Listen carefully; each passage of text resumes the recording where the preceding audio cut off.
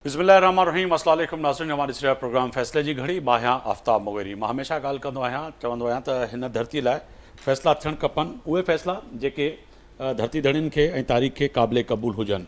अॼु ॻाल्हि कयूं त पाड़ेसरी मुल्क ईरान। अॼु ईरान जो सदर पाकिस्तान जो दौरो ऐं इन दौरे दौरान यकीननी पाकिस्तान समेत पूरी दुनिया जूं नज़रूं हिन वक़्तु इस्लामाबाद ऐं पाकिस्तान ते आहिनि त छा तय आहे त ईरान हिन वक़्तु जंहिं वक़्तु खिते में ख़ासि तौर ते पूरी दुनिया में जेका जंग छिड़ियल आहे मुख़्तलिफ़ इशूज़ ते, ऐं ख़ासि तौर ते ॻाल्हि कजे त उन वॾो इशू जंहिंमें फ़लस्तीन ते जहिड़ी रीति जेको आहे सो इसराइल जा हमला, उन खां पोइ ईरान जी जवाबी कार्रवाई ऐं ईरान जे हमले खां पोइ पहिरियों चइजे त दौरो हिन वक़्तु ईरान जे सदर जो पाकिस्तान में अचणु अॼु तय आहे त पाकिस्तान समेत पूरी आलमी मीडिया जी नज़रूं पाकिस्तान ॾेई आहिनि। ईरान जे सदर जे दौरे सां तय आहे त $10 अरब डॉलर खां वधीक जेको चइजे त हिक ॿिए सां जेको ट्रेड आहे, जेको ॾेती लेती आहे, उन में वधीक इज़ाफ़ो बि थी सघंदो। इन सां गॾोगॾु पाकिस्तान गैस पाइपलाइन जेको मनसूबो आहे, उन सां गॾोगॾु जेके ॿिया वॾा अहम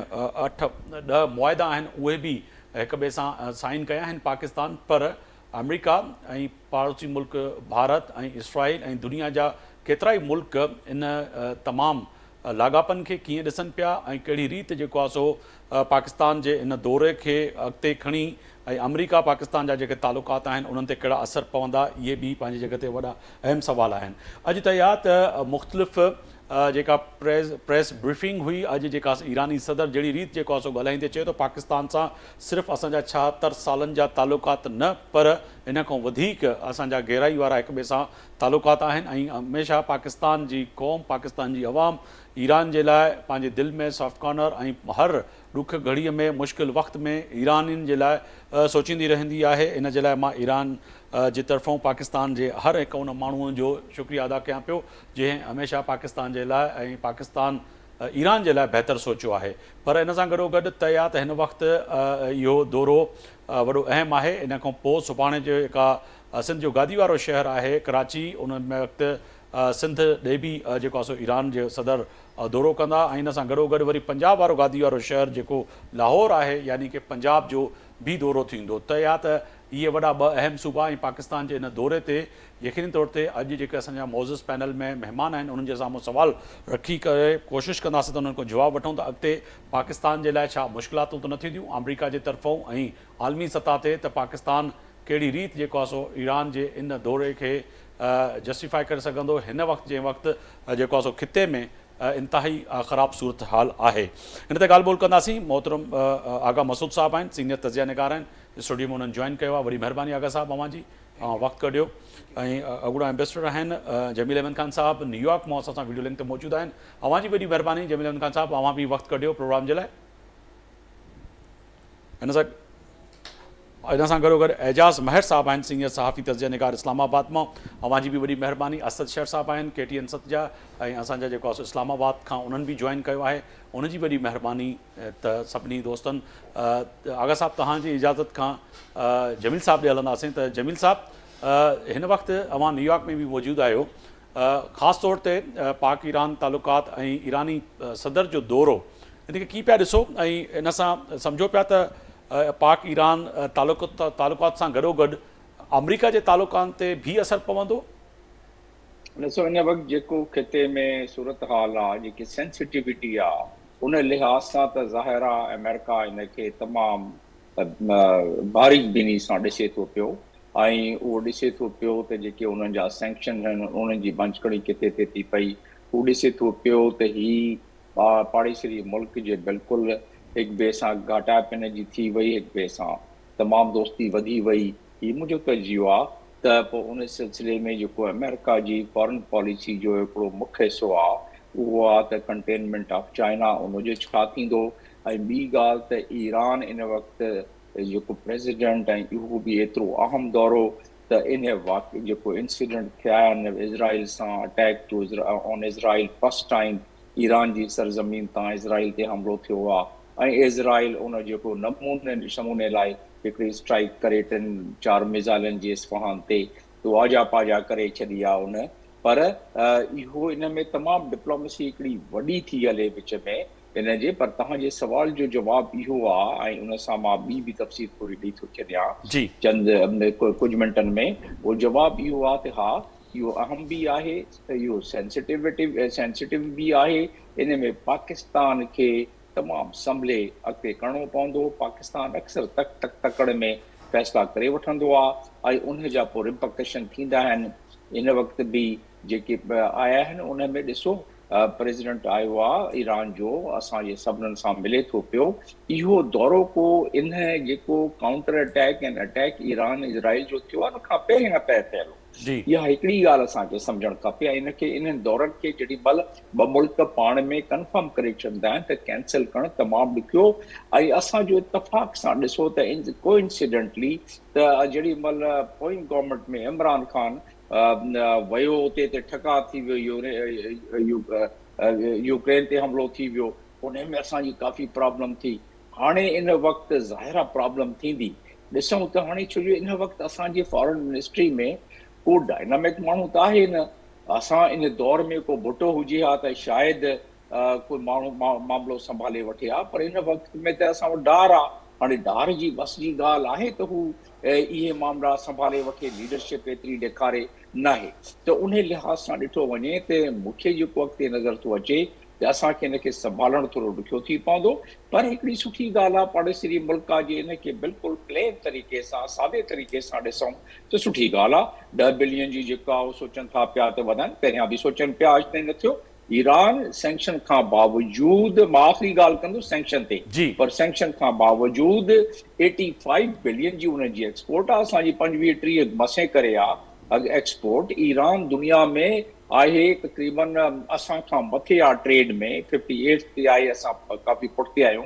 त उन लिहाज़ सां ॾिठो वञे त असां ईरान सां असांजी पाड़ेसरी जे करे, सिक्योरिटी जे करे, असांजी जेकी भाई पीउ आहे, असांजी क़ौमूं जेके ईरान खां हिते आयूं आहिनि, हितां ईरान वयूं आहिनि, बलोच आहिनि, ॿिया आहिनि, त हू जेके असांजा फ़िरका आहिनि जेके हिक ॿिए सां तमामु लाॻापा आहिनि। सॼो पाकिस्तान प्राइम मिनिस्टर ई पाण चई चुको आहे त सदियनि जी जेका हिस्ट्री आहे उहो उन सां असां गॾियल आहियूं। पर हाणे सेंसिटिविटी जेका आहे foreign policy of United status ऐं उन जे अलाइज़ जेके आहिनि उन्हनि जे करे सेंसिटिविटी इन जी वधी वई आहे। इज़राइल जे करे सेंसिटिविटी वधी वई आहे इन जी। त हाणे सैंक्शन में आहे ईरान। हाणे इन वक़्तु 8 जेके हिननि MOU साइन कया आहिनि, उन में अमेरिका जे कानून मूजिबि, कानून कहिड़ो, ट्रेजरी डिपार्टमेंट जो तक़रीबन 250 सफ़नि जी हिकिड़ी आहे पूरी एक्ट ठहियल आहे। उन्हनि जे कांग्रेस मां पास थियल आहे एक्ट। उन में ॾिनल आहे त को मुल्क इन सिलसिले में सम्झो पाकिस्तान जे ईरान सां जंहिं ते सैंक्शन आहे उन सां कंहिं लिहाज़ सां बि को ट्रेड करे थो पियो त अमेरिका उन जे कानून मुताबिक़ उन मुल्क यानी इन मुल्क में पाकिस्तान खे त हू सैंक्शन हणी थो सघे न ते। इहो उन्हनि जो कानून आहे। हू चाहिनि हाणे वेवर ॾियनि था पिया, तुर्की खे वेवर ॾेई छॾियो माज़ी में इंडिया खे बि ॾिनो जमील अहमद साहब। जी जी जी जी जी इहो चयुमि मां त इंडिया खे बि वेवर मिलियो। बिल्कुलु असां में मां जीअं चयुमि त इन दौर जो भुटो किथां आणींदव जिथे जेको ॻाल्हाए सघे, बिल्कुलु ॻाल्हाए सघे ऐं उन सेंसिटिविटी खे संभाले सघे। त इन जे करे इहो आहे तमामु अणाव क़िस्म जो मामिलो। इनखे हैंडल ॾिसूं कीअं था कनि। मूंखे नथो लॻे त हैंडल इन जी सेंसिटिविटी जे लिहाज़ सां करे वठंदा। इन वक़्तु रिक्वायरमेंट इहा आहे त 360 डिग्री जो विजन हुअणु खपे फॉरेन ऑफिस में, जेको मूंखे उनजो फ़क़दान थो नज़र अचे। इन जे करे अला करे त सभु ख़ैरु थिए। जमील साहब तव्हां बि असां सां गॾु आहियो। मां महर साहब ॾे हलंदुसि। महर साहब वॾी महिरबानी, अवां वक़्तु कढियो मुंहिंजे प्रोग्राम में। सर, हिकु त तव्हां हिनखे इस्लामाबाद में दौरे खे कीअं पिया ॾिसो, ॿियो हिकिड़ो तवील दौरो आहे। पाकिस्तान समेत पूरी दुनिया जी मीडिया हिनखे दौरे खे वॾो अहम कवर बि करे पई। ख़ासि तौर ते लाहौर ऐं कराची अचणु हिन दौरे में मज़ीद 2 सूबनि में ईरानी सदर जो अचण खां पोइ तय आहे त इहे जेके दौरा जी जमील अहमद साहब चयो त पहिरियां ई तय थियल हुया, पर इन ते जेका हिन वक़्तु पाड़ेसरी मुल्क हिंदुस्तान ऐं वेस्टर्न मीडिया जहिड़ी तरह कवर करे पई ऐं अव्हांखे बि हिकिड़ो तवील तजुर्बो आहे, सम्झो पिया हिन जा असरात ईंदड़ वक़्त ते पाकिस्तान जी जेके सफ़ारती तालुकात आहिनि ख़ासि तौर ते अमरीका सां, उन ते असरु पवंदा? डेफिनेटली असरु पवंदो ऐं असांजे जेके रीजन में इंडिया जेको आहे क़दरे असां उनखे सम्झंदा आहियूं त फॉरेन पॉलिसी उन्हनि जी असांजी भेट में थोरी इंडिपेंडेंट आहे त उन्हनि बि जॾहिं गैस पाइपलाइन में जॉइन कयो हो त उन वक़्तु 2007 में इंडिया एग्री कयो त असां बि इन जा पाइपलाइन जा हिसेदार आहियूं।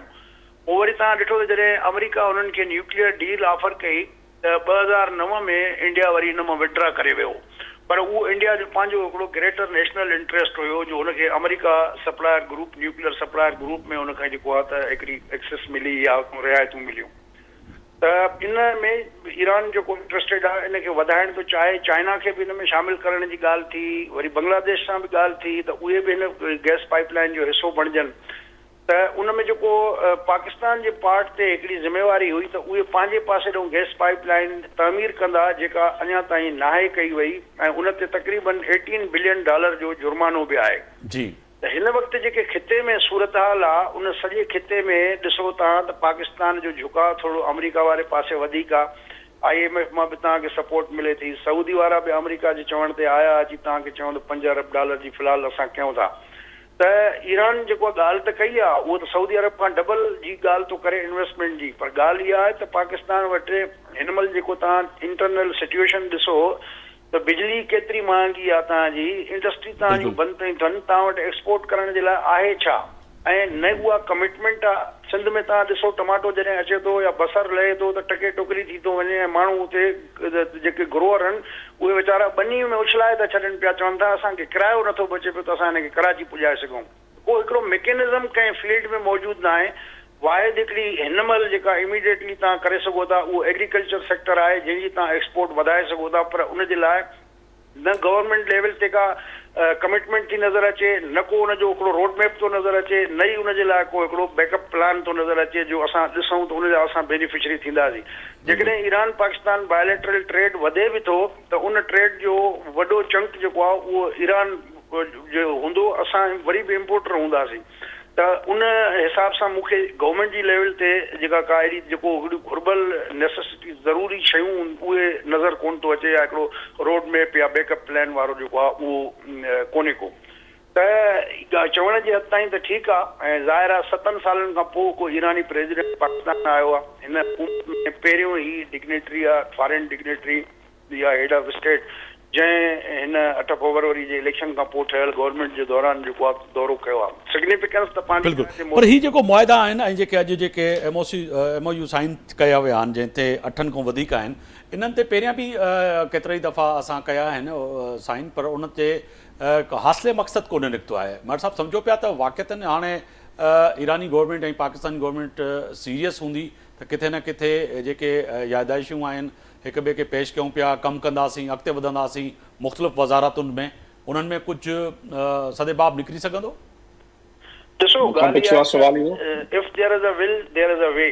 उहा शइ हिन महिल जेका गिवन सिचुएशन में पाकिस्तान ते हिन साल पाकिस्तान खे 24-25 अरब डॉलर जा कर्ज़ वापसि करणा आहिनि, फॉरेन फाइनेंसिंग खपे, उहे पैसा किथां अरेंज कंदो पाकिस्तान? जेकॾहिं उन लॾे खे छॾे थो त अमेरिका हथ थो कढे त उनखां पोइ तव्हां ॾिसो था उन खां रिपरकशन छा थी सघंदा। त मुंहिंजो ख़्यालु आहे त ईरान हिकिड़ो इन मौक़े ते हिकिड़ो बॉल उछलायो आहे, पर पाकिस्तान जे लाइ मुश्किल हूंदो त उहो अमेरिका या यूरोपियन कैंप खे या वेस्ट खे छॾे ईरान जो जेको आहे त उन पासे वञे। चवण जी हद ताईं इहे शयूं रहंदियूं। ऐं तव्हां ॾिठो त तव्हां सदर ज़रदारी साहिबु जेको आहे ईद जे मौक़े ते प्रेसिडेंट रईसी खे कॉल कई हुई ऐं उन में बि हिकिड़ो सिक्योरिटी जो इशू, सिक्योरिटी कंसर्न जो इशू जेको आहे त उथारियो हुयो, जंहिंखां फौरन पोइ हिते ख़बर आई त हिकिड़ो जेको ग्रुप हुयो उन्हनि जो ज़िम्बियून जेके ईरानी हिमायत याफ़्ता उहे पाकिस्तान मां भर्तियूं करे ऐं हाफ़िज़ुल असद जे लाइ शाम में हितां माण्हू मोकिलींदा। उन तंज़ीम ते पाकिस्तान फौरी तौर ते पाबंदी लॻाए छॾी। त सिक्योरिटीज़ जा इशूज़ बि आहिनि। इन खां अॻु में ईरान अटैक कयो पाकिस्तान में मिज़ाइल ते, वरी पाकिस्तान जेको आहे त एयर स्ट्राइक्स कयूं ईरान जे अंदरि, पर उहो वरी ॿिन्ही धुरनि चीन ऐं रूस जे मुदाख़लत ते फौरी जेको आहे त उहो कूल डाउन थी वियो मामिलो। वरी ही हिकिड़ो ज़ाहिर आहे त पाड़ेसरी मुल्क आहिनि, उहे कंहिं बि क़ीमत ते अफोर्ड नथा करे सघनि, पर ॿिन्ही मुल्कनि खे हिक ॿिए खां सिक्योरिटी इशूज़ जे हवाले सां ऐं मुदाख़लत जे हवाले सां प्रॉब्लम्स आहिनि। बॉर्डर इश्यूज़ आहिनि ऐं इहे मूंखे नथो लॻे त को तकड़ में सेटल थींदा। बिल्कुलु भट्ट साहब, बाबा असां सां टेलीफोन लाइन ते मौजूदु आहियो, आगा मसूद साहब स्टूडियो में मौजूदु आहिनि, उन्हनि खां बि शामिलु कंदुसि प्रोग्राम में। आगा साहब, हिकु त ॻाल्हि इहा तय आहे त ईरान ऐं पाकिस्तान जा मुआदा वॾी अहम जॻह ते आहिनि, पर जेका एयर स्ट्राइक ऐं जेका भट्ट साहब बि ॻाल्हि कनि पिया त माज़ी में बि जेके छिकताण रही असांजी सरहदुनि ते ईरान ऐं पाकिस्तान जी ते, उन में चाइना बि अचे जेको आहे सो कोशिशि कई त किथे न किथे जेको आहे सो ॿिन्ही तरफ़ां इहे जेके झड़पूं आहिनि उहे ख़तमु थियनि, रूस बि कयूं, पर इन जे बावजूदि जेके हिन वक़्तु तहफ़ुज़ात आहिनि, प्रेसिडेंट ज़रदारी बि फ़ोन कई, जीअं भट्ट साहब ॻाल्हि कनि पिया, इन खां अलावा बि असांजी वक़्तनि जेके कोशिशूं आहिनि त ईरान खे हमेशह असां चवंदा रहिया आहियूं जेके असांखे ख़दशात आहिनि, कुलभूषण यादव जहिड़ो माण्हू जेको ईरान जी सरहद क्रॉस करे ऐं पाकिस्तान में अचे पियो, अहिड़ी तरह जेको आहे सो रॉ जी जेका एक्टिविटी आहे उहा बि उते थिए पई, ऐं अहिड़ी रीति सरज़मीन ईरान जेका आहे पाकिस्तान जे ख़िलाफ़ भी इस्तेमालु थींदी रही आहे। सम्झो पिया त अॼु जे इन दौरे में इहे बि डिस्कशनियूं थी हूंदियूं ऐं पाकिस्तान पंहिंजो मौक़िफ़ रखियो हूंदो त असांजी जेका अवांजी सरज़मीन आहे असांजे ख़िलाफ़ इस्तेमालु न थिए। सर, सभी का पहले I am grateful to you कि Thank you, sir. Invited me for this programme. बात असल ये है कि ईरान और पाकिस्तान के दरमियान ये जो ताल्लुकात हैं जी 75-76 साल से फैले हुए हैं। दूसरी बात ये कि ईरानी जो ज़बान है फ़ारसी, वो हिंदुस्तान में 600 साल तक सरकारी ज़बान रही है, कोर्ट लैंग्वेज रही है। तीसरी बात ये कि माजी में जब हुकूमतें थी तो और पाकिस्तान की जब लड़ाई हुई थी हिंदुस्तान के साथ, तो पाकिस्तान के जो हवाई जहाज़ थे वो बाकायदा उतरते थे ईरानी एयरपोर्ट पर। तो मैं ये कहना चाहता हूँ कि हमारे उनके दरमियान बहुत अच्छे ताल्लुकात रहे हैं, लेकिन बीच में ये ताल्लुकात जो है ना उसके अंदर कशीदगी आई है, और कशीदगी की एक वजह ये है कि ये महसूस किया जाता है कि वहाँ पर से सिस्तान बलूचिस्तान से लोग जो हैं वो आते हैं और आने के बाद पाकिस्तान पर हमला करते हैं। इसी तरीके से ईरान समझता है कि जैश अदल जो है वो पाकिस्तान में मौजूद है और वो हमला करते हैं। तो इसका मतलब कि थर्ड पार्टी ऐसा है कि जो नहीं चाहती कि पाकिस्तान और ईरान के दरमियान अच्छे ताल्लुकात हो। लेकिन ये मैं आपसे बताना चाहता हूँ कि ये जो दौरा हो रहा है, ये दौरा जो है इंतहाई अहमियत का हामिल है। पहली बात ये कि देखिए, जब से स्ट्राइक किया है ईरान ने इसराइल पर, तो एक दुनिया का नक्शा बदल गया। मतलब पीपल यूज टू से कि इसराइल इज इनविंसिबल का जो कंसेप्ट था वो ख़त्म तोड़ दिया ईरान ने। फिर दूसरी बात ये कि देखिए, उसने बाकायदा जो कहते हैं ना, अंग्रेज़ी में कहते हैं ना कि एजेंट प्रोवोकेटर, इसराइल ने हमला किया दमिश्क में, उनके 6 मतलब ये कि जो जनरल थे वो मारे गए। तो और उसके जवाब में मतलब ये कि 15 दिन का वक़्फ़ा था, 15 दिन तक उन्होंने सोचा और उन्होंने मतलब ये कंसल्ट किया। इवन ईरान इन्फॉर्म अमेरिकन कि we are going to attack and retaliate. तो जब ये कि उन्होंने कर लिया, तो अब मैं ये बता रहा हूँ कि इस पस मंज़र में उन्होंने कम से कम ये बता दिया कि इज़राइल जो है इनविंसिबल नहीं है। उसको मतलब ये कि आसानी से मतलब ये कि अगर आप पास डिटर्मिनेशन है, अगर पास ताकत है, अगर आप पास हौसला है, हिम्मत है, तो आप कर सकते हैं। दूसरी बात ये कि देखिए, पाकिस्तान के साथ मसला ये है कि पाकिस्तान का जो झुकाव है आज भी वो अमेरिका की तरफ है ना। हरचंद के पाकिस्तान और चीन के दरमियान बड़े गहरे ताल्लुकात हैं, और चीन ने कम से कम ये है कि मोर देन $60 बिलियन की इन्वेस्टमेंट कर रखी है गवादर के सिलसिले में, सीपैक में। लेकिन सवाल ये है कि ईरान के साथ बॉर्डर ट्रेड भी चल रही है। अच्छा, बॉर्डर ट्रेड के अंदर भी मतलब ये कि जैसे आपने फरमाया ना कि बॉर्डर ट्रेड से जो फ़ायदा हो रहा है वो ईरान को हो रहा है, ठीक है। आपके पास जो है ना वो फ़वाइद हासिल नहीं हो रहा है। उसकी वजह यह है कि आप जो चीज़ आप एक्सपोर्ट करना चाहते हैं उसके पास आपके पास कोई मॉनिटरिंग भी नहीं है कि कौन सी चीज़ में एक्सपोर्ट करेंगे। लेकिन मैं ये समझ रहा हूँ कि जो एग्रीमेंट हुआ है 8, 9, 10 दिसंबर से MOU साइन हुए हैं, मैं समझता हूँ कि उससे एक बहुत बड़ा फ़ायदा। मगर वो फ़ायदा क्या होगा सर? इसमें बड़ा अहम सवाल पैदा होता है। जैसे भट्ट साहब कह रहे थे कि कोई वो तय है कि इतने बड़े आपकी IMF के साथ एक तरफ बातचीत चल रही है, आप उनसे पैसे ले रहे हैं, अमेरिका यकीन नहीं फिर तो नाराज़ हो जाएगा कि आप ये तो मीडिया के लिए था, दिखाने के लिए कि ठीक है जी हमारे जो है ये अब 8 जो है ऐसे याददाश्त हैं जिसमें हमने साइन की कि हम कारोबार करेंगे, आगे बढ़ाएंगे मुख्तलिफ। नहीं, मोगरी साहब एक बात सुनिए, मैं एक जुमला कहूँ। देखिए, बात असल ये कि जहाँ तक अमेरिका का ताल्लुक़ है, आपको मालूम है कि एक यूनिपोलर वर्ल्ड है।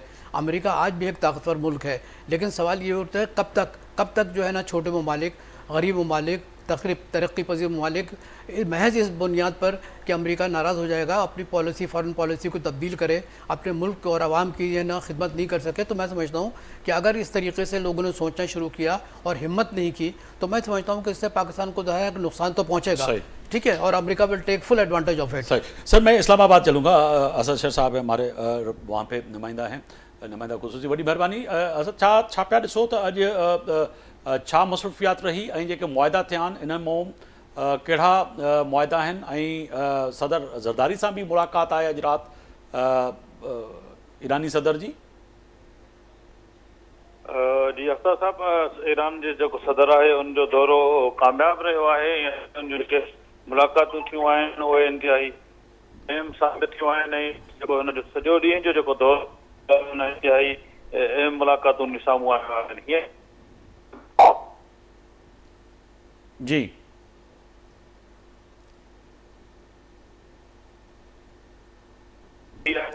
ऐं उहा मुलाक़ात जेका आहे कोशिश कयो त तव्हांजो आवाज़ असां ताईं पहुचे। जमील साहब, ॿियो तय आहे त मां वॾे ईंदुसि। जमील साहब, हिन वक़्तु पाड़ेसी मुल्क हिंदुस्तान हमेशह का न का अगरि सुठी ॻाल्हि थींदी आहे त उनखे कोशिशि कंदो आहे त हिकिड़ो प्रॉक्सी वार जंहिंखे चऊं, मीडिया वार जंहिंखे चऊं, उन में वधाए सधाए ॿुधाईंदो आहे। पर सम्झो था त जेके थिंक टैंक्स आहिनि अमेरिका में, पाकिस्तान जा या इंडिया जा, जीअं तव्हां पहिरियां ॻाल्हि कई त हिन महिल डर साहब आहे, उहो उनखे त तजुर्बो बि कोन्हे को, ऐं हिन वक़्तु फॉरेन पॉलिसी ऐं पाकिस्तान जी फॉरेन मिनिस्ट्री जेका आहे उहा सम्झो पिया त अमेरिकन थिंक टैंक्स खे या अमेरिकन कांग्रेसमैन खे, अमेरिकन हुकूमत खे इहो सम्झाइण में कामयाबु थी वेंदी। हिकु तरफ़ इंडिया जहिड़ी रीति जेको आहे सो प्रॉक्सी वार ऐं मीडिया वार में ईरान जे दौर खे मुख़्तलिफ़ ज़ाविये सां पेश करे पियो। न, मां नथो सम्झां त असां वटि को अहिड़ो मैकेनिज़म आहे, को असां वटि अहिड़ो थिंक टैंक के नाले वारा हिकु ॿ आहिनि, पर उन में को अहिड़ो उन्हनि जी का एफर्ट्स न आहे त हू गाइड करे सघनि फॉरेन मिनिस्ट्री खे आउट ऑफ द बॉक्स ते छा करिणो आहे। त असांजी इहा कमज़ोरी रही आहे, उन कमज़ोरी जे करे असां काफ़ी सठियो आहे, काफ़ी असां नुक़सान बि वरितो आहे। पर इन दफ़े छो जे बाक़ी इदारा आहिनि उहे बि फीडबैक ॾियनि था पिया, पर उन खां बावजूदि जेका लीडरशिप आहे उहा तमामु अहमियत जी हामिल हूंदी आहे कंहिं बि इदारे में। हिते फॉरेन मिनिस्ट्री में अॼुकल्ह मां ॾिसां पियो त उहा डायनामिक जंहिंखे चवंदा आहिनि न, त जंहिंमें वाइब्रेंट क़िस्म जी का असां वटि लीडरशिप न आहे, जंहिंजे करे थोरी ॾुखियाई थींदी आहे। ऐं उन में असां ते सभिनीनि जी नज़र आहे। इन वक़्तु असांखे इहो ज़हन में रहणु खपे त कास्ट एंड बेनिफिट छा आहे इन दौरे जो। मां ख़ुशि आहियां, दौरो थिए थो पियो, पाड़ेसरी मुल्क आहे, पर इनखे असांखे ॾिसणो आहे त ओवरऑल कॉन्टेक्स्ट में एज़ अ होल जेको इन वक़्तु दुनिया में थिए थो पियो, ऐं पाकिस्तान जी जेका मईशत जी बिल्कुलु किरियल हालत आहे, उन सूरत में असां किथे बीठा आहियूं। ऐं उन सूरत में तव्हांखे hour to hour, day to day basis ते पंहिंजी फॉरेन पॉलिसी खे ॾिसणो पवंदो आहे। सुभाणे तव्हां ॾिसजो, सुभाणे ताईं स्टेट डिपार्टमेंट जो स्टेटमेंट अची वेंदो, परीं ताईं तव्हां ॾिसंदव त उते मीडिया अमेरिका में मुख़्तलिफ़ नेगेटिव सिलसिला शुरू करे छॾींदा। उन खां बाद तव्हां ॾिसंदव त यूरोपियन यूनियन कुझु न कुझु इन सिलसिले में बयानु ॾींदी। त इन्हनि सभिनीनि शयुनि खे मुंहुं ॾियण लाइ, ऐं छो ॾींदी बयानु, छो जे इन वक़्तु जमील साहब, तव्हांजो हिकिड़ो तवील तजुर्बो आहे, छा आहे लॻे पियो त पाकिस्तान खे अलाह न करे कि मुख़्तलिफ़ पाबंदियुनि जो भी मुश्किलातूं दरपेश थी सघनि थियूं, अहिड़ो सम्झ में अचे पई ॻाल्हि? मूंखे त गणती उन खां वधीक आहे। पाबंदियुनि जो त तव्हांखे मां कानून ॿुधाए छॾियुमि। ट्रेजरी एक्ट यूनाइटेड नेशंस जो जेको कानून आहे, जेको अप्रूव्ड आहे, बिल पास थियल आहे, अॼु जो न काफ़ी पुराणो, जंहिंजे तहत उहे सैंक्शन हणंदा आया आहिनि ॿियनि मुल्कनि ते। ऐं मां तव्हांखे इहो बि ॿुधाए छॾियुमि त जंहिं मुल्क ते सैंक्शन आहे, को ॿियो मुल्क उन खां करे थो पियो वापारु, उन ते बि सैंक्शन हणी था सघनि, ऐं उन्हनि हयो आहे पहिरियां। त उन लिहाज़ सां तव्हांजे सुवाल जो सिंपल जवाबु त हा, बिल्कुलु करे था सघनि। पर असां पंहिंजी फॉरेन पॉलिसी में केतिरी एडजस्टमेंट कयूं था पिया, केतिरो अकोमोडेट कयूं था पिया, त बिना SCO मेंबर्स यानी चाइना रशिया खे नाराज़ कंदे, पर्टिकुलरली चाइना खे, उन चाइना खे असां उन विच में असां रखंदा आहियूं कॉन्फिडेंस ते, चाइना खे असां लूप में वठंदा आहियूं। इन वक़्तु ही ईरान जो प्रेसिडेंट जेको आयो आहे, मां सम्झां थो मुंहिंजे तजुर्बे मूजिबि इन में हिकिड़ी ट्रायलैटरल कंसल्टेशन बि जेके मीडिया में न ईंदी पर थियण जा चांसिस आहिनि, चाइना पाकिस्तान ईरान। पर उन्हनि जी जेका इहा ॻाल्हि वणंदी न, जेके वेस्टर्न कंट्रीज़ आहिनि ऐं अमेरिका आहिनि जा एलाइज जेके आहिनि, उन्हनि खे वणंदी न, छो जो उहे मॉनिटर कनि था पिया तमामु बारीक़ी सां। त हाणे ॾिसूं त पाकिस्तान इन दौरे खां बाद ही जेको 8 MOU साइन थो करे उन खां अलावा काफ़ी सारी ॻाल्हियूं हूंदियूं आहिनि जेके मीडिया में न ईंदियूं आहिनि। उहे जेके ॻाल्हियूं आहिनि उन ते केतिरो अमल दरामद करण जी हैसियत में थी सघे उन शइ खे ज़हन में रखंदे ते IMF जो हाणे असां प्रोग्राम अप्लाई कयूं था पिया। ऐं उन खां अलावा वर्ल्ड बैंक जा असांखे तव्हां ॿुधियो तव्हां हींअर त असांखे 25 बिलियन इन साल उगाड़ी करणी आहे, किथां न किथां असांखे कर्ज़ ॾियणो आहे। असांजी कर्ज़ जो जेको वॉल्यूम पहुची वियो आहे $136 बिलियन एक्सटर्नल, एतिरो ई कर्ज़ असांजो पाकिस्तान जो तक़रीबन ट्रिलियंस ऑफ रुपीज़ जे हिसाब सां इंटरनल आहे। त उन सूरत में असांजी फॉरेन पॉलिसी खे उन हिसाब सां एडजस्ट करणो थो पवे। त balance of cost and benefit जेको आहे न असांजो उहो तमामु ज़रूरी आहे। ईरान असां ते या असांखे डाउटफुल नज़रनि सां ॾिसंदो हो त बाबा ही जैशुल अदल जेको आहे या जंदुला पहिरियां हूंदो हो उन्हनि खे CIA सपोर्ट करे थी पई, मोसाद सपोर्ट करे थो पियो, उहो हिकिड़ो ॾुखियो कमु। ऐं उन खां अलावा असां उनखे चवंदा आहियूं त अमकल गोशन तव्हां वटि आयो, तव्हां असांखे इतला न ॾिनी। त असांजा हिकु मामिलो थोरी आहे, छो जी जियो पॉलिटिकल पर सम्झो पिया त इन खिते में जेका कोशिशि कई पाकिस्तान या चाइना जेको इंडिया जी जेका लॉबिंग हुई, जीअं मालदीप आहे, पाड़ेसरी मुल्क आहिनि जेके हिन वक़्तु एशियन टाइगर जो जेको ख़्वाबु हो इंडिया जो, उन मां घटि में घटि पाकिस्तान या चाइना या ईरान या मालदीप या जेके ॿिया मुल्क आहिनि, तव्हां सम्झो पिया त उन मां घटि में घटि हाणे असां उनखे कढी आया आहियूं, जेको हिन महिल जंहिंखे चऊं त दबदबाउ हो इंडिया जो? न इंडिया जो दबदबाउ त मां सम्झां थो पियो त उन मां निकिरण लाइ असांखे थोरो पंहिंजो दबदबाउ वधाइणो पवंदो न।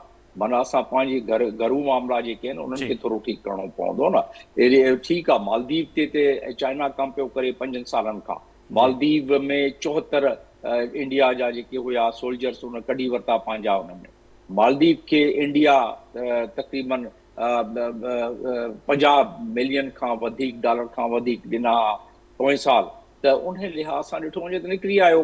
हाणे श्रीलंका जेको आहे उन सां बि चाइना पंहिंजे जेके CPEC ऐं BRI जे मुताबिक़ इन्हनि सभिनीनि मुल्कनि ते काफ़ी कमु थो करे, म्यांमार ते काफ़ी कमु थो करे। उहा इंडिया खे हिकिड़ी या चाइना ते बिल्कुलु कोशिशि कंदो, छो जो उनखे ख़बर आहे त इन्हनि मुल्कनि ते उनजो असरु न रहियो त पोइ जेकी कंटेनमेंट ऑफ चाइना वारी आहे गेम उहा अॻिते हली वेंदी। पर हिते असांखे न विसरणु खपे त चाइना ऐं इंडिया जो जेको ट्रेड जो वॉल्यूम आहे उहो त 125 बिलियन जो त ट्रेड जो वॉल्यूम आहे। ॿिन्हिनि जो रिश्तो क़ाइमु आहे इन लिहाज़ सां। ऐं उन खां अलावा चाइना ऐं अमेरिका जो रिश्तो क़ाइमु आहे ट्रेड जे लिहाज़ सां, कंपटीशन बि क़ाइमु आहे। असां जहिड़ा मुल्क विच में पिटिजी था वञूं न, इन में असांखे थोरो एहतियात सां हलणो थो पए। जमील साहब, मां इस्लामाबाद जी ईमेल असांजो कनेक्ट थी वियो आहे असद शहर, उन खां ॼाण वठूं त अॼु कहिड़ा मुआहिदा थिया। असद, मुंहिंजो आवाज़ु अचे पियो अवां ताईं? ऐं अॼु छा मसरूफ़ियात रही ईरानी प्रेसिडेंट जी ऐं सदर ज़रदारी सां जेको मुलाक़ात बि आहे? जी बिल्कुलु आफ्ताब साहब, ईरान जो जेको सदर आहे उहो सुबुह जो जीअं ई इस्लामाबाद पहुतो त उनजो बाज़ाब्ता तौर ते इस्तक़बाल कयो एयरपोर्ट ते। वफ़ाक़ी वज़ीर जेको आहे उहो रियाज़ पीरज़ादो साहिबु उनजो इस्तक़बाल करे उनखे इस्लामाबाद में वठी आयो। उन खां पोइ जेके हुन जूं मुलाक़ातूं हुयूं, उन वज़ीर आज़म शहबाज शरीफ़ सां मुलाक़ात कई आहे। हींअर ताज़ो जंहिं वक़्तु पाण ॻाल्हायूं पिया उन वक़्तु ऐवान सदर मां उहो हिन वक़्तु निकिता आहिनि। ऐवान सदर में उन्हनि जी सदर असफ़ अली ज़रदारी सां मुलाक़ात थी आहे।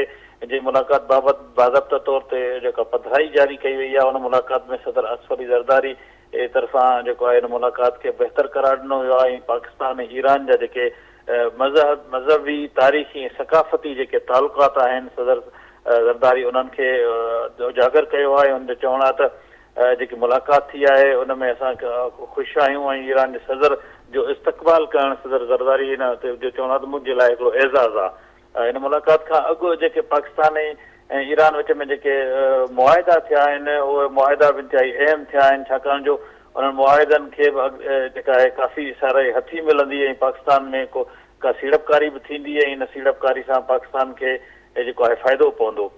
जोकी मुलाक़ात खां पोइ जेको आहे ऐवान सदर मां फ़ारिग़ थी इम्कान आहिनि त लाहौर तरफ़ रवाना थी वञनि या उन्हनि जो जेको दौरो आहे उहो कराची सिंध जो आहे ऐं उहो सिंध तरफ़ वेंदा।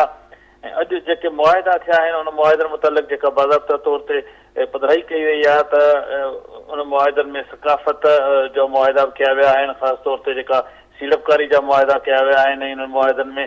ऐं जेको 3 ॾींहंनि जो जेको दौरो आहे ईरान जे सदर जो, उन में हिक ॿिए सां ताउन वधाइण समेत जेको आलमी अॻभराई ते बि अॼु ख़्यालनि जी ॾेवट कई वई आहे।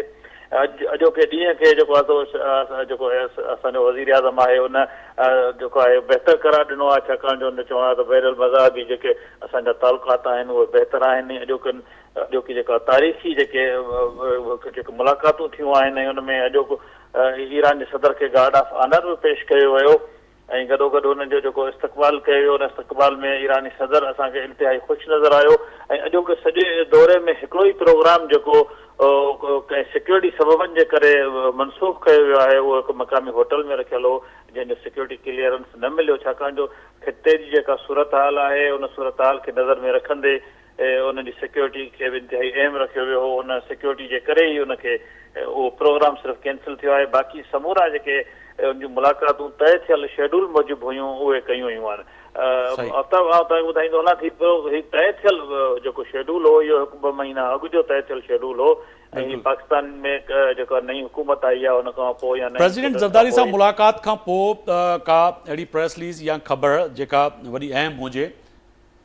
बिल्कुलु, प्रेसिडेंट ज़रदारी खां पोइ बाज़ाब्ता तौर ते जेका ऐवान सदर मां पधिराई कई वई आहे उन पधिराई में इहो चयो वियो आहे त सदर ज़रदारी जो चवणु आहे त ईरान जे सदर जो जेको इस्तक़बाल करणु आहे मुंहिंजे लाइ एज़ाज़ जी ॻाल्हि आहे ऐं असां ॿतरफ़ा तालुकातनि जी रफ़्तार खे जेका हली रही आहे, जंहिं रफ़्तार सां तालुकात वधी रहिया आहिनि उन ते असां इत्मिनान जो इज़हार बि कयूं था ऐं मौजूदा जेका तालुकात आहिनि असां उन्हनि खे वधीक तबक़ियत बि ॾींदासीं ऐं ताउन खे वधीक मज़बूत बणाईंदासीं। सदर ज़रदारी जो इन हवाले बिल्कुल सही है। आगा साहब कुछ कहना चाह रहे हैं आप? मैं ये कहना चाहता हूँ, देखिए जो सदर ज़रदारी साहब थे उन्हीं के ज़माने में ईरान पाकिस्तान गैस पाइपलाइन का प्रयास हुआ था, ठीक है ना। उस ज़माने में ईरान पे ज़्यादा सैंक्शंस नहीं थे, ठीक है, ये बता रहा हूँ। तो मैं ये अर्ज़ कर रहा हूँ कि जब ज़रदारी साहब की और उनकी, जैसे कि मेरी मालूमात है, ज़रदारी साहब की और उनकी जो मुलाकात हुई उसमें यही मौजू ज़ेर बहस आया कि किस तरीके से इस पाइपलाइन को हम शुरू करें। और इससे यह है कि पाकिस्तान को ज़ाहिर है कि पाकिस्तान में गैस की बड़ी क़िल्लत है और वो चाहते हैं कि ये शुरू हो जाए। दूसरी बात ये कि उन्होंने ये भी कहा है, सुना है कि वो जो 18 बिलियन का जो उस पर पेनल्टी लगेगी ना, उसको भी उन्होंने कहा कि उसको ज़रा बढ़ा दें या उसको ख़त्म कर दें। तो मैं ये अर्ज़ कर रहा हूँ कि जो सबसे बड़ा इम्पॉर्टेंट गुफ्तगू का जो मौजू है अलावा सरहदी तजारत की बिटवीन ईरान एंड पाकिस्तान, उसमें ये गैस पाइपलाइन जो है वो चाहते हैं कि हो जाए। बल्कि रईसी साहब तो इस बात पर बज़िद हैं कि हम आपकी फिर मदद करना चाहते हैं, क्योंकि देखिए उनके हिस्से का तो बन गया है, उन्होंने अपने हिस्से की तो तामीर कर ली है 1100 किलोमीटर का। अब पाकिस्तान का सिर्फ 80 किलोमीटर गवादर तक लेकर आएंगे। तो मैं ये समझ रहा हूँ कि जो one of the very important discussion which has taken place between Zardari sahab and the rest was the Iran Pakistan gas pipeline and Zardari sahab very as I know. Ejaz sahab Sindh जे दौरे खे कीअं पिया ॾिसो ऐं ख़ासि तौर ते पंजाब जे दौरे खे, छाकाणि त शेड्यूल में पहिरियों ई तय हुयो, पर इहे 2 सूबा वॾा अहम आहिनि पाकिस्तान जा ऐं ॿिन्ही सूबनि जे कैपिटल लाहौर ऐं कराची ईरानी सदर ऐं पूरी कैबिनेट जो अचणु उनखे कीअं पिया ॾिसो सर? ॼाणो त तमामु अनप्रेसिडेंटेड आहे त हेड ऑफ द स्टेट जॾहिं विज़िट कंदो आहे त उहो नॉर्मल कैपिटल में ई वेंदो आहे ऐं प्रोविंशियल कैपिटल्स में न। पर उन्हनि खे बि ख़बर आहे त पाकिस्तान में हिन महिल पीपल्स पार्टी जो प्रेसिडेंट आहे ऐं वज़ीर आज़म नून लीग जो आहे, त हू ॿिन्ही खे जेको आहे बैलेंस करणु था चाहिनि ऐं वेंदा होॾे। सुभाणे जेको आहे त लाहौर में आहे मुंहिंजे ख़्याल लंच, उन खां पोइ वरी राति रहंदा वञी कराची ऐं उतां पोइ वापसी। पर इन सॼे मामले में मां हिकिड़ी ॻाल्हि इहा बि चवणु चाहियां त भले खणी सरकारी तर्जुमान हुकुमरान कुझु बि उनजा मफ़हूम कढनि, उनखे केतिरा बि गुल पाराइनि, पर सॼी गेम जो तव्हां अंदाज़ो इन मां लॻायो त अॼु जॾहिं सदर डॉक्टर रईसी उहो आहे इस्लामाबाद में हेॾे वॾे वफ़द सां गॾु, त हुनखे रिसीव करण जे लाइ उनजो को हम मनसब न वियो, प्राइम मिनिस्टर न वियो, हिकिड़े महिमानदारी जो वज़ीर जेको ठाहियो वियो रियाज़ पीरज़ादो साहिबु, उहो पाण विशी वियो आहे, हुन बि फ़ख़्रु महसूसु कयो हूंदो त उन वञी प्रेसिडेंट खे रिसीव कयो आहे। त इन रिस्पॉन्स मां तव्हांखे अंदाज़ो मुंहिंजे ख़्याल थी वेंदो त कहिड़ियूं ॿिन्ही मुल्कनि में शयूं ईंदड़ वक़्त में अॻिते तेज़ी सां वधंदियूं। ऐं ईरान जॾहिं इसराइल ते अटैक कयो त प्रजा साहब इन मां छा वजूहात आहिनि त हिकिड़े वॾो डेलीगेशन ऐं हिकिड़े पूरी कैबिनेट वठी करे ईरान जो प्रेसिडेंट अचे पियो ऐं पाकिस्तान में अमूमन असां ॾिठो आहे त माज़ी में बि जॾहिं बानी पीटी आहे उहो त सऊदी अरब जे बादशाह जे लाइ गाॾी बि ड्राइव पियो करे, पर अमूमन हेड ऑफ स्टेट अचे पियो त फॉरेन मिनिस्टर खे हुजणु खपे या ॿियनि सभिनी खे हुते हुजणु खपे, उनजी वजूहात छा आहिनि? ॾिसो न, इहो त हाणे हुकूमत ई ॿुधाए सघे थी, असां त सिर्फ़ु पॉइंट आउट था कयूं। पॉइंट आउट मां उहो ई पियो चवां त तव्हांजी पाकिस्तान गवर्नमेंट हुनखे केतिरो वेटेज ॾियणु थी चाहे, केतिरो हुनखे जेको आहे त सीरियस सम्झे थी, त इन मां तव्हांखे अंदाज़ो करणु घुरिजे। छो त जॾहिं मूं सां चयो पिए, तव्हां मुंहिंजी ॻाल्हि कटी, त इसराइल ते जॾहिं अटैक कयो ईरान, त उहो खणी कैलकुलेटेड हो या डिसाइडेड हुयो जेको बि, त पाकिस्तान हुन जी हिमायत कोन कई। ऐं पाकिस्तान जे फॉरेन मिनिस्ट्री जो जेको स्पोक्स पर्सन आहे ख़ातून मुमताज़ ज़हरा साहिबा, उहा चवंदी रही त असां सूरत हाल जो जाइज़ो वठूं पिया ऐं पोइ इन ते पंहिंजो रद्द अमल ॾींदासीं। त हिकिड़ो जेको हिन वक़्तु ईरान जी जेका रिक्वायरमेंट हूंदी, जीअं जमील साहिबु चयो त ॾेखारण जी शयूं कुझु हूंदियूं आहिनि ऐं असुलु अहिड़ा मसइला हूंदा आहिनि जेके परदे जे पोयां डिस्कस थींदा आहिनि। त हिन सॼे मिडिल ईस्ट वारे तनाज़े में ईरान, तव्हांखे यादि हूंदो त अॻु में मुशर्रफ जे दौर में ज़बरदस्ती पोइ हक़ या नाजाइज़ी उहा डॉक्टर कदीर ख़ान खां इक़रार करायो वियो टीवी ते त भई असां ईरान खे टेक्नोलॉजी लॉन्ग रेंज मिसाइल जी बि ॾिनी आहे ऐं न्यूक्लियर बिल्डअप में बि सपोर्ट ॾिनी आहे। त सिक्योरिटी असल प्रॉब्लम ईरान जो इहो आहे त उनखे हिन सॼे कॉन्फ्लिक्ट में पाकिस्तान खां हिकिड़ी सपोर्ट घुरिजे, सिक्योरिटी लेवल ते ऐं फॉरेन ऑफिस जे लेवल ते ऐं पॉलिटिकली जेको बि आहे। त उन में मुंहिंजो ख़्यालु आहे त असल इश्यूज़ इहे आहिनि त डिस्कशन हुननि जी हूंदी इन्हनि फील्ड में केतिरो हू अॻिते वञनि था। पर ज़ाहिर आहे त मुंहिंजो जीअं शुरू में बि मूं चयो त पाकिस्तान जी हिन महिल पोज़ीशन अहिड़ी आहे जो पाकिस्तान हिन सॼे दुनिया खे नाराज़ करे, या अॻे ई जेको आहे त चाइना खे बि हिन ते आहिनि रिज़र्वेशन। अॼु राति ते मियां नवाज़ शरीफ़ बि वञे थो चाइना ऐं उते पंहिंजो को इलाज बि कराईंदो, शायदि को हुननि सां सीपेक जे हवाले सां बि कुझु हुनजो मामिलो आहे जी। त चाइना बि हीअं महिल नाराज़ वेठो आहे, रशिया तव्हांखे वार्निंग ॾिनी आहे राइस एक्सपोर्ट जो बहानो बणाए। त इन सॼे माहौल में पाकिस्तान जेको आहे यूरोपीय यूनियन ऐं अमेरिका खे नाराज़ नथो करे सघे। ऐं जेको कोल्ड रिस्पॉन्स पाकिस्तान शो कयो आहे रईसी साहब जे दौरे जे दौरान, त उन में मूंखे नथो लॻे त को अहिड़ो वॾो ब्रेक थ्रू थींदो या एॾी वॾी का शइ थींदी। अलबत्ता ईरान जी इहा ज़रूरत ज़रूरु आहे, हू चाहींदो हर क़ीमत ते त पाकिस्तान हुनखे डिप्लोमेटिक ऐं पॉलिटिकल सपोर्ट जेको आहे उहा ॾे हिन ॾुखे वक़्त में। त उन में शयूं केतिरो अॻिते वधी सघनि थियूं, उन जे लाइ हुननि जूं अञा कहिड़ा पैरामीटर्स आहिनि, त इहे मुंहिंजो ख़्यालु आहे अॼु डिस्कस थींदी ऐं आर्मी चीफ सां बि हुनजी मीटिंग तय आहे। त उन्हनि जो आउटकम जेको आहे डिपेंड थो करे ऐं उन खां पोइ ई इन्हनि शयुनि जो तयन थींदो। पर का अहिड़ी वॾी खुशफहमी घटि में घटि मूंखे कोन्हे का त का वॾो ब्रेक थ्रू थींदो।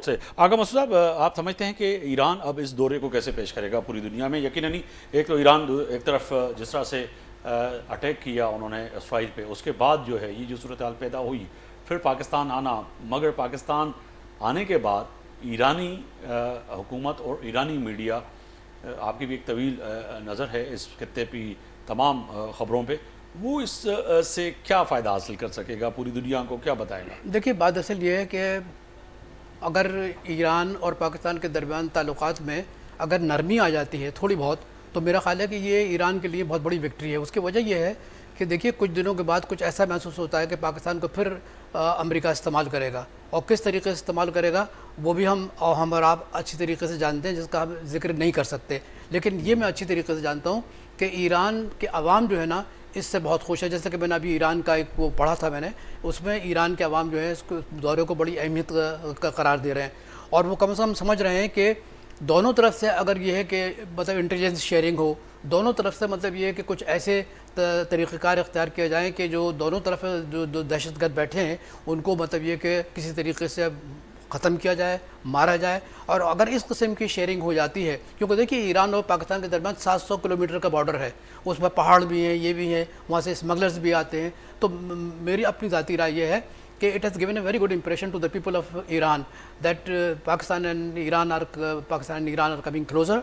और ये है कि in case if there is a further tension, Pakistan will not be a very active player in that tension. बिल्कुल जमील साहब, मां हाणे ईंदुसि अमेरिका ऐं हिन वक़्तु जेका ये दौरो आहे, उन ते तय आहे त जीअं तव्हां ॻाल्हि कई त अॼु राति कुझु न कुझु माना सुबुह जेको अॼु स्टार्ट थी चुको आहे हिन वक़्तु पाण जीअं वक़्तु ॻाल्हायूं पिया त वाइट हाउस बि हिन ते रिएक्ट कंदो ऐं उतां जूं अख़बारूं ऐं TV चैनल बि हिन खे ख़बर खे कोट बि कंदा ऐं हिन वक़्तु करे बि चुका आहिनि पर सम्झूं त यूनाइटेड नेशन जेका तव्हां बि महिल उते मौजूदु आहे UN में त अॻिते हली पाकिस्तान लाइ के मसइला अञा वधंदा ऐं पाकिस्तान ते कोई सेक्शन जीअं तव्हां चयो लॻी सघनि थियूं इहो आहे वाज़ तौर ते पर अगरि अहिड़ा को मुआदा थी था वञनि ऐं ईरान अञा वेझो अची वञे पियो पाकिस्तान ऐं उन ते इम्प्लीमेंट थिए थी त पोइ अॻिते हली वॾियूं पाबंदियूं जो सामनो करिणो पवंदो वरी पाकिस्तान खे न उहो त जेॾी महिल इम्प्लीमेंटेशन जो वक़्तु ईंदो त उन वक़्तु पाबंदी लॻाए था सघनि था पर उन वक़्त खां पहिरियां ॾिसूं त असां कहिड़े हिसाब सां पंहिंजो डिप्लोमेटिक एफर्ट कयूं था पिया जंहिंमें अमेरिका सां एतिरो बैलेंस कयूं पंहिंजो रिलेशन जेको चाइना बि नाराज़ न थिए तमामु ॾुखियो कमु आहे पर इन में जी करे वठूं त शायदि सैंक्शन असांखे वेवर मिली वञे पर मूंखे नथो लॻे त वेवर छो जो असां ते इहो कुहाड़ो लटकियो पियो हूंदो त सैंक्शन वारो जे ईरान सां असां कयोसीं त पर इन वक़्तु मां सम्झां थो जेके अमलदार आहिनि फॉरेन ऑफिस में उहो बि सम्झनि था पिया त मुआदो वग़ैरह करे वठो ऐं ईरान खे बि ख़बर आहे त सैंक्शन जेसीं ताईं आहे पाकिस्तान कुझु नथो करे सघे ऐं असांखे बि ख़बर आहे त हीउ ईरान इन में असां सां कुझु कसर खाई वेंदो ऐं ट्राइब्यूनल में असांखे न वठी वेंदो जेको गैस पाइप लाइन जो असांजो मुआदो आहे छो जो हू मुआदो अहिड़ो आहे त ईरान पंहिंजी एज़ा हुन मुआदे खे रुगो फ़क़ति इंटरनेशनल ट्रिब्यूनल में खणी वञे त उनखे फ़ाइदो न थी सघे असां ते ॾंढ पइजी थो सघे त उहो उन खां बचा थी वञे फ़िलहाल इहो बि खोड़ आहे बाक़ी रहियो सभु जा सभु जेके जमील साहब हिकिड़ी ॻाल्हि सम्झणु चाहींदुसि त डबल स्टैंडर्ड आहे इन्हनि आलमी इदारनि जो आलमी क़ुवतुनि जो त हिंदुस्तान जे लाइ उन जे लाइ हिकिड़ो SOPs ऐं कानून ॿियो आहे त ईरान सां अगरि उहो को वहिंवार करे पियो ऐं उते जेको आहे सो पोर्ट ते कमु करे पियो किथे बि कमु करे पियो त ईरान ऐं इंडिया जे लाइ जेको आहे सो कानून ॿियो आहे पर पाकिस्तान अगरि कमु करे पियो या उन सां ॻाल्हि ॿोल करे पियो त पोइ असांजे लाइ वरी कानून ॿियो आहे सुपर ताक़त जो उहा ॻाल्हि त बिल्कुलु ॿधी लॻी पई आहे न ॾिसो कानून जे मुख़्तलिफ़ न हुजे हा ॿियो न हुजे हा त पोइ गाज़ा में 34,000 माण्हू शहीद न थिया न कश्मीर में जेको हले थो पियो उहो त न थिए हा न ऐं इहे सभु मामला असांजे साम्हूं हिकु भेरे न 10 भेरे असां इन मामले ते डिस्कस बि कयोसीं ऐं असां आज़मायोसीं बि त इहो जे मुख़्तलिफ़ इन्हनि जा अंदाज़ न हुजनि हा ऐं स्टैंडर्ड न हुजनि हा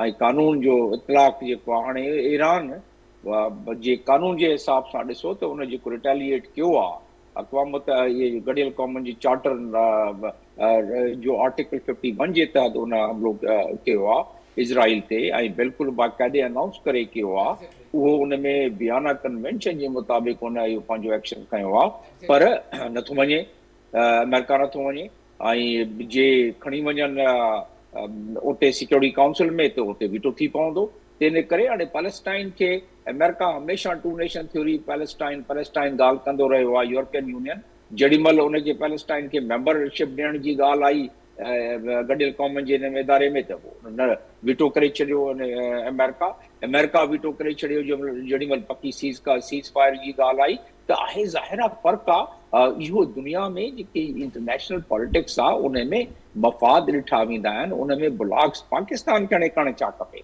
पाकिस्तान खे पंहिंजे सर न रखणु खपे हर का ॻाल्हि पाकिस्तान वटि तमामु बहितरीनु प्लेटफॉर्म आहे जेको कमु करे थो ठीकु थो करे फ़िलहाल इन में छो जो अॻिते वञी जेके ऑप्टिक्स हूंदा उन जा नतीजा उन हिसाब सां साम्हूं निकिरंदा हाणे करणु छा खपे त जेको बि प्रोग्राम कढे थो जेको अमलदारी कराइण जी कोशिशि करे थो पियो उहो SCO जे मेंबर ईरान SCO जो मेंबर आहे शंघाई कोऑपरेशन ऑर्गेनाइज़ेशन जो असां आहियूं त उन प्लेटफॉर्म जे थ्रू कंदो त असांजो कुझु बचाव थी थो सघे बाक़ी मुख़्तसर मां तव्हांखां इहो पुछणु चाहींदुसि मुख़्तसर बिल्कुलु वाइंड अप जी तरफ़ वञा पियो त सिंध में ईरान प्रेसिडेंट अचे पियो पंहिंजी विफ़ाक़ी काबीना ऐं सभिनी सां गॾु छा पिया सम्झो त सिंध हिन वक़्तु मुआदा करे सघे पई ऐं सिंध में बि केतिरा ई मनसूबा आहिनि सिंध हुकूमत उन ते अॻु घबराई करे सघे पई ॾिसो हिन में स्पेशल इकनॉमिक ज़ोन जो जेको हिननि मुआदो कयो आहे तमामु बहितरीनु मूंखे वणियो अॼु न त सुभाणे उहो थी वेंदो ऐं स्पेशल इकनॉमिक ज़ोन जे उन्हनि जे बॉर्डर जे नज़दीक जिथे उहे बिजली था पहुचाइनि ईरान वारा उहा बिजली सस्ती पवंदी स्पेशल इकोनॉमिक ज़ोन खे, ऐं उन में असां कॉम्पिटेटिव थी पवंदासूं त सिंध पंहिंजो हिसो विझी सघे उन में। बलूचिस्तान ऐं सिंध में कोई एतिरो वॾो फ़ासिलो न आहे त उहो करे थो सघे, ऐं सिंध में टूरिज़म जे लिहाज़ सां, सिंध में एग्रीकल्चर जे लिहाज़ सां उहो करे थो, पर कुझु मुआदा अहिड़ा आहिनि त प्रोविंस नथो करे सघे न। घणो क़दुरु मुआदा प्रोविंस करे ई सघे। मुआदा जेके MOU ऐं एग्रीमेंट थींदा आहिनि उहे बिटवीन द स्टेट थींदा आहिनि, प्रोविंस जी न। पर असांखे ख़बर आहे त इन वक़्तु असां वटि तमामु बहितरीनु पोज़ीशन आहे। ज़रदारी साहिब यानी पीपल्स पार्टी हमेशह वेझो रहिया आहिनि ईरान जे, ऐं नवाज़ शरीफ़ वारा हमेशह सऊदी अरब। कॉम्बिनेशन सुठो आहे, शायदि जेको आहे उहो को नाराज़गी इहे पचाए वठनि इन मामले में ॿई ॼणा मिली। सही, हिकिड़ो पंहिंजे पॉकेट खे संभाले ऐं ॿिए पंहिंजे खे संभाले। आगे साहब वाइंड अप की तरफ जा रहा हूँ, मुख्तसर बताइएगा कि तय है कि अब फैसले की घड़ी आ गई, कोई फैसला करना पड़ेगा, मगर ये फैसला अगर हम कर लेते हैं कि हम एक ब्लॉक्स जो है ये ईरान का ब्लॉक अगर उस तरफ जाते हैं तो जो जैसे एजाज महर साहब कह रहे तो आपको तो नाराज़ नहीं कर सकते यूरोपीय यूनियन को, अमेरिका को, क्योंकि आप वैसे ही कर्जदार हैं, कर्ज उनसे लिया हुआ है और जिनसे वो नाराज़ हैं उनसे उनको आप राज़ी करने की कोशिश कर रहे हैं। देखिए एक बात कही थी ना जमील साहब ने, सही कहते थे कि अगर भुट्टो साहब होते तो भुट्टो साहब जो एक ज़हीन आदमी थे और वो एक बहुत अच्छी तरीके से इंटरनेशनल पॉलिटिक्स को समझते थे। मैं समझता हूँ कि पाकिस्तान में इस वक्त क़यादत नहीं है, और ये समझना कि ईरान और पाकिस्तान की दोस्ती से पाकिस्तान को जो है फ़वाइद मिलेंगे। हो सकता है कि बॉर्डर ट्रेड अच्छी हो जाए, हो सकता है कि आपका गैस पाइपलाइन के सिलसिले में जो आपकी पेनल्टी लगी है उसको वेवर कर दें। लेकिन ये मैं बता दूं कि पाकिस्तान ने अगर मज़ीद कदम बढ़ाया, क्योंकि पाकिस्तान के पास कोई लीडरशिप नहीं है, तो बहुत पाकिस्तान को नुकसान होगा, बहुत नुकसान होगा, अल्लाह ना करे नुकसान हो। भट्ट साहब वाइंड अप जी तरफ पे वञा पियो, सिक्योरिटी मामला बहितर थी सघंदा ईरान जे ऐं पाकिस्तान जी जेका असांजी हिकिड़ी तवील सरहद आहे 700 किलोमीटर। ॾिसो 900 किलोमीटर जी असांजी सरहद आहे ऐं रोज़ किथे न किथे को न को मसइलो थिए थो। ऐं तक़रीबन रिसेंटली हिकिड़ी रिफाइनरी जो चवणु हुयो त पाकिस्तान में डेली $3 करोड़ जो तेल ईरान खां इम्पोर्ट थी अचे थो। ज़ाहिर आहे त उहो ॿिन्ही धुरनि जे बॉर्डरनि खां सवा मुमकिन कोन्हे को। त मुंहिंजो जेको ख़्यालु आहे त हिन दौरे जो मक़सदु जेको आहे उहो पाकिस्तान जी सपोर्ट हासिल करणु आहे। जेकॾहिं पाकिस्तान मतलूबा सपोर्ट न ॾिनी ईरान खे त ईरान शायदि जेको आहे गैस पाइपलाइन जे मामले ते $18 अरब जो जेको पेनल्टी आहे उन जे क्लेम जे लाइ सालसी कोर्ट में वञे। ऐं जेकॾहिं ईरान सम्झो त उन्हनि खे सहूलियत मिली आहे या जेको आहे कुझु कंहिं हद ताईं पाकिस्तान गुंजाइश रखे थो, त मुंहिंजो ख़्यालु आहे हिन दौरे ते डिपेंड थो करे त जेकॾहिं पाकिस्तान खे वाइज़ली एक्ट करणो पवंदो, ऐं जेकॾहिं न त पोइ मुंहिंजो ख़्यालु आहे ईरान इहो ऑप्ट कंदो त हू पेनल्टी जे लाइ वञे सालसी कोर्ट में। सर वॾी महिरबानी एजाज महर साहब, अवां वक़्तु कढियो मुंहिंजे प्रोग्राम लाइ। जमील अहमद ख़ान साहब अवां जी बि वॾी महिरबानी, आगा मसूद साहब अवां जी वॾी महिरबानी, असद शर साहब अवां जी वॾी महिरबानी, चइनी महिमाननि जी वॾी महिरबानी। तय आहे त पाक ईरान तालुकात ऐं सदर ईरान जो दौरो ऐं उनजो वरी पंजाब ऐं सिंध अचणु तय आहे त फ़ैसिले जी घड़ी वॾी अहम आहे। फ़ैसिलो पाकिस्तान खे कुझु न कुझु करिणो पवंदो जंहिंसां ईरान ऐं पाकिस्तान जी दोस्ती ऐं तालुकात बहितर थी सघनि। पर तय आहे त जेका एजाज भट्ट साहब ॻाल्हि कई उहा बि वॾी अहम आहे त पाकिस्तान हिकु तरफ़ अमेरिका जे ब्लॉक्स में ऐं इन सां गॾोगॾु यूरोपियन ब्लॉक में वेही करे ईरान सां अगरि अहिड़ा मुआदा करे थो त मुश्किल पेश अची सघे थी। आफ्ताब मुग़रिर खे इजाज़त ॾींदा, अल्लाह हाफ़िज़।